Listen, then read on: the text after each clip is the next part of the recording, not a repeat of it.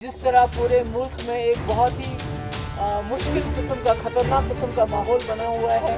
जहां माइनॉरिटीज़ के साथ दिन दहाड़े जो है उनके साथ बहुत जुल्म हो रहा है, बेरोज़गारी बहुत बढ़ रही है। जैसे मैं कहती हूँ, मैं फाइटर हूँ और मुझे अपने वतन पे यकीन है, तो मैंने सोचा ये चैलेंज कबूल करूँ मैं और मैं वहाँ लड़ूँ। मेरी सबसे गुजारिश होगी कि इस वक्त जम्मू कश्मीर बहुत मुश्किल हालात से गुजर रहा है, खासकर 370 को गैर आइनी तौर से ख़त्म करने के बाद जो हमारे हालात हुए हैं, जम्मू कश्मीर बिलखुसूस कश्मीर वादी एक जेल की सूरत इख्तियार कर चुका है। जम्मू कश्मीर की 5 लोकसभा सीटों को लेकर चुनावों में जिस अंदाज से नेशनल कॉन्फ्रेंस और पीडीपी में दरार आ गई है, उससे कहीं न कहीं जम्मू कश्मीर की 3 लोकसभा सीटें काफ़ी दिलचस्प हो गई हैं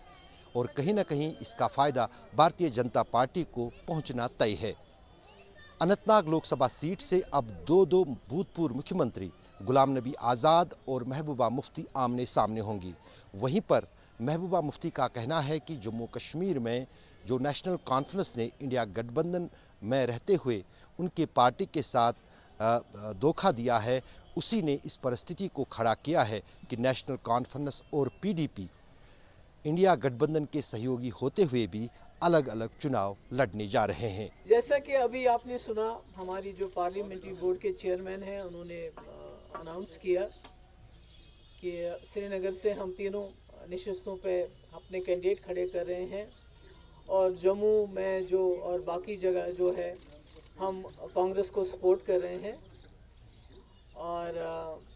जैसा कि आप जानते हैं कि इस वक्त हम इंडिया अलायंस को इसलिए सपोर्ट कर रहे हैं कि जो पूरे मुल्क के जो हालात हैं, जो मुश्किलात हैं, जिस तरह आइन की धज्जियां दिन ब दिन उड़ाई जा रही हैं, जिस तरह पूरे मुल्क में एक बहुत ही मुश्किल किस्म का ख़तरनाक किस्म का माहौल बना हुआ है, जहां माइनॉरिटीज़ के साथ दिन दहाड़े जो है उनके साथ बहुत जुल्म हो रहा है, बेरोज़गारी बहुत बढ़ रही है, महंगाई हो गई है। तो इसलिए हमने सोचा कि हम उस पार्टी को, उस अलायंस को साथ देंगे जो जम्मू कश्मीर के जो हमारे हालात हैं उसको भी मद्देनज़र रख के आगे चल के जो है सही फैसले ले सके। तो यहाँ भी हमने कोशिश की थी, जैसा कि आप सब लोग जानते हैं, मेरी दिली ख्वाहिश थी कि हम यहाँ मिलजुल के चलें और इसके लिए मैंने पहले से अंत तक कोशिश की। जैसे मैंने पहले भी कहा कि बॉम्बे में भी मैंने यही कहा कि हमारे जो फैसला जो जम्मू कश्मीर की सीट्स का होगा वो फारूक साहब करेंगे और हमें उनके फैसले से गिला नहीं है कि वो तीनों सीटें लड़ना चाहते हैं, हमें उससे गिला नहीं। मुझे गिला ये है कि उन्होंने हमें पूछना भी गवारा नहीं समझा, हमारी राय लेना भी गवारा नहीं समझा और बजाय इसके कि हमें बुला के अपनी जगह ये फैसला सुनाते, पब्लिकली इसको अनाउंस किया, जिसकी वजह से हमारे लिए कोई रास्ता नहीं बचा, क्योंकि हमारा वर्कर बहुत ही ज़्यादा मायूस और डिमोरलाइज हो गया जब उसको ये बताया गया कि तुम्हारी पीडीपी की जमा ख़त्म हो गई है, इसका कहीं नामो निशान नहीं है। तो आज आप सब जानते हैं कि जो साउथ की कॉन्स्टिट्यूंसी है, इसमें कश्मीरी, मेरे गुजर भाई, मेरे पहाड़ी भाई, हमारे हिंदू लोग जो राजौरी के इलाके, नौशहरा के इलाके, मैं सबको गुजारिश करूँगी, मेरी सबसे गुजारिश होगी कि इस वक्त जम्मू कश्मीर बहुत मुश्किल हालात से गुजर रहा है, खासकर 370 को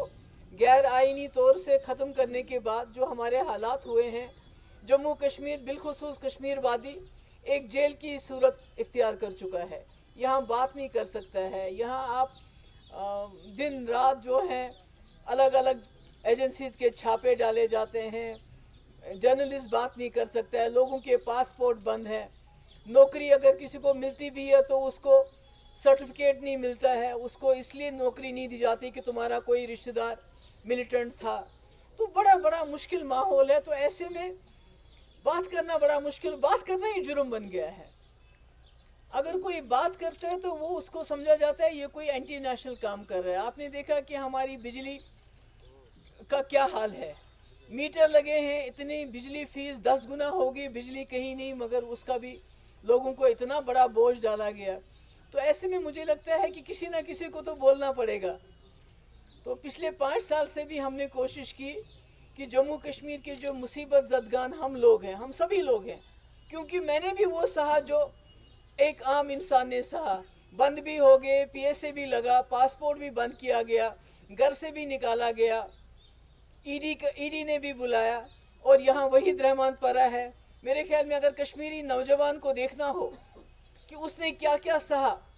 خاص کر 2019 کے بعد، تو مجھے لگتا ہے وحید رحمان پرہ سے کوئی بڑی بہتر مثال نہیں ہو سکتی ہے. جیل رہا، ٹارچر اس نے سہا، اس کے فادر کو اس کے غم میں کینسر ہو گیا، اس کے ساتھ بامبے جانے نہیں دیا اس کے علاج کے لیے.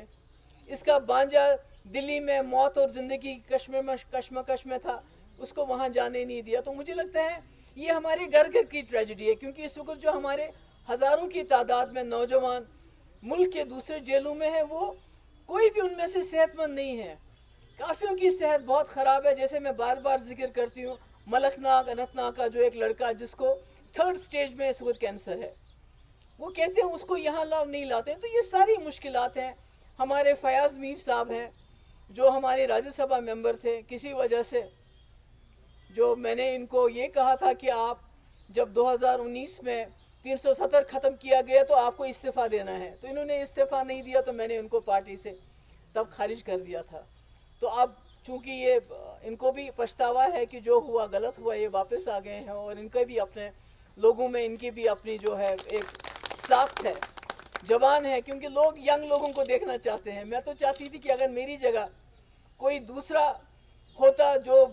ینگ ہوتا تو ہم اس کو بھی کھڑا کر سکتے تھے، پر چونکہ لگتا ہے کہ دلی والوں نے تمام جو طاقت ہے وہ ساؤتھ کی جو کانسٹیٹوئنسی ہے ہماری اس میں لگا رہے ہیں. سب کو وہاں کھڑا کرنا چاہتے ہیں، کسی کو ڈائریکٹلی کھڑا کر رہے ہیں، کسی کو انڈائریکٹلی کھڑا کر رہے ہیں. تو میں نے مناسب سمجھا کہ یہ، جیسے میں کہتی ہوں میں فائٹر ہوں اور مجھے اپنے ورکر پہ یقین ہے، تو میں نے سوچا یہ چیلنج قبول کروں میں، اور میں وہاں لڑوں، اور اپنے جو ہمارے لوگ ہیں، چاہے میرے کشمیری ہیں، چاہے میرے گجر بھائی ہیں، چاہے میرے پہاڑی ہیں، چاہے میرے سکھ ہیں، سکھ بھائی ہمارے بہت ہیں، ہمارے ہندو بھائی ہیں، سب کو گزارش کروں کہ آپ پارلیمنٹ میں ایسی آواز پہنچائیے جو جموں کشمیر کے مسئلوں کے بعد کے بنا کسی خوف کے بے باکی سے بات کر سکے، ترجمانی کر سکے. بہت بہت شکریہ. اشرف انی، سری نگر، آج تک.